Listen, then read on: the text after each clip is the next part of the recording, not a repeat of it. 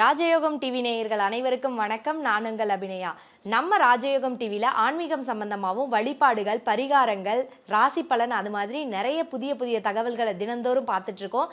அந்த வகையில் இன்னைக்கும் ஒரு புதிய தகவலை தான் பார்க்க போகிறோம். அதுக்காக வழக்கம் போல் நம்ம நிகழ்ச்சியில் யார் இணைந்திருக்கா அப்படின்னு பார்த்தீங்கன்னா, ராஜயோகம் புகழ் ராஜயோகம் டாக்டர் கே ராம் சார் அவர்கள் தான்.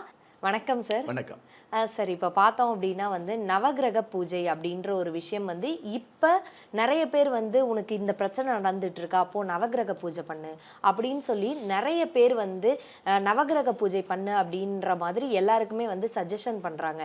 இந்த நவகிரக பூஜை யார் பண்ணணும், யார் பண்ணக்கூடாது, அப்படி நவகிரக பூஜை பண்ணால் என்னென்ன நன்மைகள்லாம் இருக்குன்றதை கொஞ்சம் தெளிவாக சொல்லுங்கள் சார்.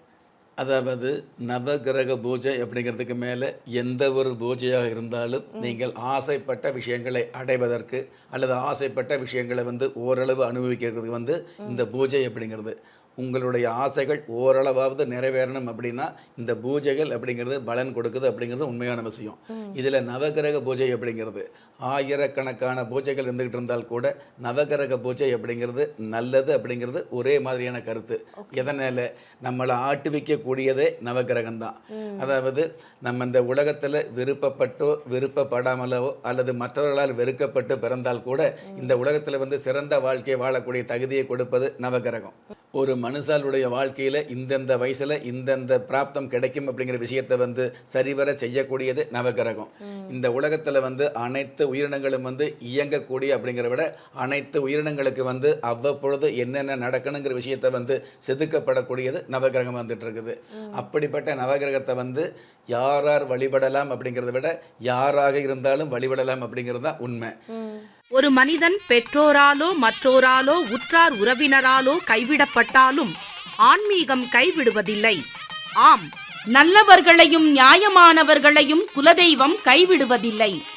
ராஜயோகம் டாக்டர் கே ராம் அவர்களின் 35 வருட ஆன்மீக ஆராய்ச்சியில் தெய்வ பிரசன்ன சாஸ்திரப்படி உருவாக்கப்பட்ட குலதெய்வ விருட்சம், 30 முக்கோடி தேவர்களின் மூல மந்திரங்களால் பூஜிக்கப்பட்ட குலதெய்வ விருட்சம், இழந்த செல்வம், இழந்த கௌரவம், கலைந்த குடும்பம், தொலைந்த நிம்மதி திரும்ப கிடைக்க வாங்கி பயனடைவீர். குலதெய்வ விருட்சம் கிள்ளி கிடைக்கக்கூடிய யோகங்களை அள்ளி கொடுக்கக்கூடிய ஆன்மீக அற்புதம் குலதெய்வ விருட்சம். ஒவ்வொரு இல்லத்திலும் இருக்க வேண்டிய ஆன்மீக பொக்கிஷம் குலதெய்வ விருட்சம். யோகங்களில் சிறந்த ராஜயோகம் தருவது குலதெய்வ விருட்சம். திக்கற்ற யாவரும் ஒப்பற்ற பயன் பெற வாங்கி பயனடைவீர். குலதெய்வ விருட்சம். குலதெய்வ விருட்சம் குடும்பமே சுபிட்சம். நம்மளை படைச்ச பிரம்மனே கூட நவகிரகத்தை வழிபட்டார் அப்படிங்கிறது உண்மை. ஏன், அதாவது சாஸ்திர ரீதியாக பல முனிவர்களெல்லாம் பார்த்தீங்கன்னா மிகப்பெரிய தேவர்கள், மிகப்பெரிய முனிவர்கள் எல்லாம் நவகிரகத்தை தவம் இருந்து வழிபட்டாங்க அப்படிங்கிறது உண்மையான விஷயம் வந்துட்டு இருக்குது. அந்த மாதிரியான நவகிரக சம்பந்தப்பட்ட பூஜை நீங்கள் எளிய வகையிலே செய்யக்கூடிய ஒரு பிராப்தம் இருக்குது அப்படிங்கிறது உண்மை. எந்த மாதிரி, அதாவது நவகிரக சன்னதிக்கு எந்த ஒரு கோயிலுக்கு போனாலும் நவகிரக சன்னதி இருக்கு இல்லையா, அந்த சன்னதியை 9 முறை வலதுபுறமாக சுற்றி வரலாம், அல்லது 5 முறை வலதுபுறமாக சுற்றி இடதுபுறமாக 4 முறை சுற்றி வரலாம். இந்த மாதிரி 9 முறை நவகிரகத்தை சுற்றி வரும் பொழுது அந்த நவகிரக மந்திரம் சொன்னாதான் உங்களுக்கு நல்லதுன்னு நினைக்க வேண்டாம். அந்த நவகிரக சம்பந்தப்பட்ட நாமாவளியை சொன்னாலே போதும்.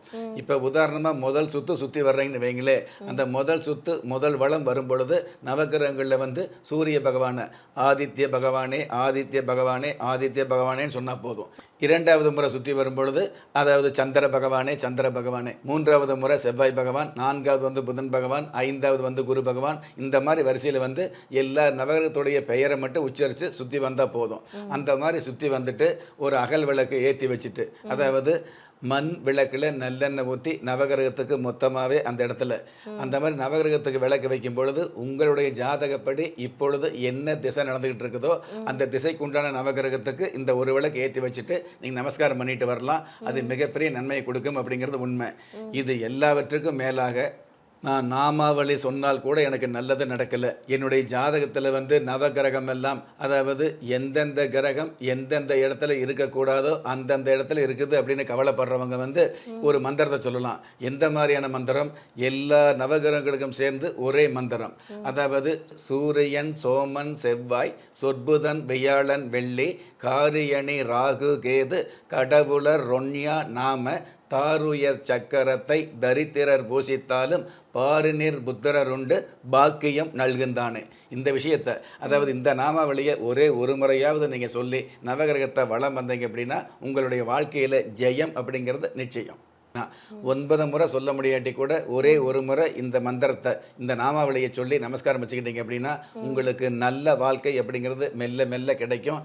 இந்த 9 கிரகங்களில் ஏதாவது ஒரு கிரகம் உங்களுக்கு தடைகளை கொடுக்கக்கூடிய அமைப்பு இருந்தால் கூட அந்த தடைகளை தகர்த்தெறியக்கூடிய அமைப்புகளையும் அதே கிரகம் கொடுக்கக்கூடிய வல்லமையை இந்த நவகிரக வழிபாடு கொடுக்குது அப்படிங்கிறது உண்மை. சரி, இப்போ பார்த்தோம் அப்படின்னா பொதுவாக போய் நவகிரகத்துக்கு போய் விளக்கேற்றி வச்சுட்டு வா நல்லது நடக்கும் அப்படின்னு சொல்கிறவங்களுக்கு மத்தியில் என்னென்ன அண்ணா ஒரு தடவை போயிடலாம்.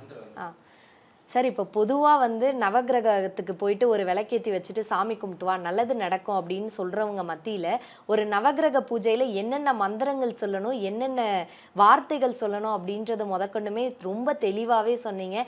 கண்டிப்பாக இது நவகிரக பூஜை பண்ணணும்னு நினைக்கிற மக்களுக்கு உபயோகமாக இருக்கும்னு நினைக்கிறேன். நன்றி சார். வணக்கம். நம்ம ராஜயோகம் டிவியில் ஆன்மீக தகவல், மாதப்பலன், தினப்பலன், இந்த மாதிரி நிறைய புது புது நிகழ்ச்சிகள் வந்துக்கிட்டே இருக்கும். இதை விட ரொம்ப முக்கியமான விஷயம் என்னன்னா, ஒவ்வொரு நாளுமே உங்களுக்கான அதிர்ஷ்ட எண், உங்களுக்கான அதிர்ஷ்ட நிறம், உங்களுக்கான அதிர்ஷ்ட எழுத்துக்கள், இது எல்லாத்தையும் விட அதி முக்கியமான விஷயம் என்னன்னு பார்த்தீங்கன்னா, ஒவ்வொரு நாளுமே நீங்கள் வழிபட வேண்டிய தெய்வம். இந்த மாதிரி நீங்க தெரிஞ்சுக்க வேண்டிய விஷயங்களை, கண்டிப்பா கடைபிடிக்க வேண்டிய விஷயங்களை உடனுக்குடனே தெரிஞ்சுக்கணும் அப்படின்னு நினைச்சீங்கன்னா நம்ம ராஜயோகம் டிவியை லைக் பண்ணுங்க, ஷேர் பண்ணுங்க, சப்ஸ்கிரைப் பண்ணுங்க, மறக்காம பெல் ஐக்கானை கிளிக் பண்ணிக்கோங்க. நன்றி. திறமை இருந்தும் வறுமையில் வாடுகிறீர்களா? விதியை நொந்து விரக்தியில் இருக்கிறீர்களா? முயற்சிகள் செய்தும் முன்னேற்றம் கிடைக்கவில்லையா? களஸ்திரம் அமையாமல் கவலைப்படுகிறீர்களா? தாய்மையடையாமல் தவித்து நிற்கிறீர்களா? நவரத்தினம் போட்டும் நன்மைகள் கிடைக்கவில்லையா? பெயர் மாற்றம் செய்தும் பிரயோஜனம் இல்லையா? எந்திரத்தை நம்பி மந்திரத்தை சொல்லியும் மாற்றம் கிடைக்கவில்லையா? எண்கணிதத்தை நம்பி எழுத்தை மாற்றியும் ஏற்றம் கிடைக்கவில்லையா? வாஸ்துவை நம்பி வாசலை மாற்றியும் வளம் காணவில்லையா? ஹோமத்தை வளர்த்து யாகத்தை செய்தும் யோகத்தை காணவில்லையா? திரும்பிய பக்கமெல்லாம் திண்டாட்டங்களையே சந்தித்த உங்களை யார் கைவிட்டாலும் ஆன்மீகம் கைவிடாது. ஆம், அண்ட நிழலும் இல்லை, ஆதரிக்க யாரும் இல்லாதவர்களை குலதெய்வம் கைவிடுவதில்லை.